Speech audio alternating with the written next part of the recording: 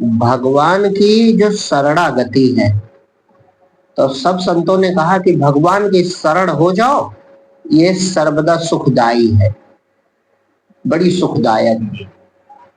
लेकिन भक्त ये जानता नहीं है कि शरणागति क्या है। हम शरण हो जाएं तो कैसे हो जाए, ठीक से नहीं जानता, क्योंकि शरणागति साधारण नहीं है, सर्वोच्च भक्ति। तो शरणागति का तात्पर्य है कि भगवान को अपना सब कुछ सौंप देना। और जब सब कुछ सौंप दिया कि प्रभु सब तुम्हारे है जो कुछ भी, तो फिर अपनी इच्छा ना करना, ये मुख्य बात है। मतलब जैसे आदमी कहता प्रभु आपकी शरण में है, अब दया करो, तो अब दया करो इसका मतलब तुम शरण में नहीं हो। यही बारीक बात, तो सूक्ष्म बात समझ लेनी भाई। तुम कहते हो प्रभु हम शरण में हैं, और फिर कहते हो भगवान बड़ा कष्ट है दया करो, तो तुम कहां राजी हो, कहां राजी हो?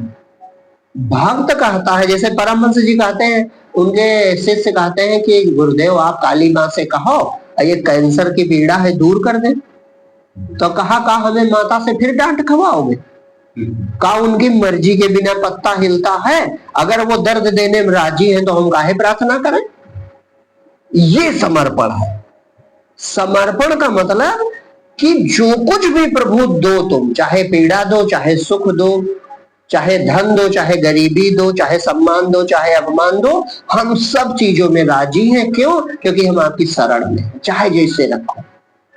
अपनी इच्छा ना करना और जो कुछ भगवान दे रहे हैं उसमें राजी रहना, ये पूर्ण शरणागति है। और जो ये कर सके तो अहंकार एकदम से गिरता है और हृदय में भगवान प्रकट हो जाते हैं।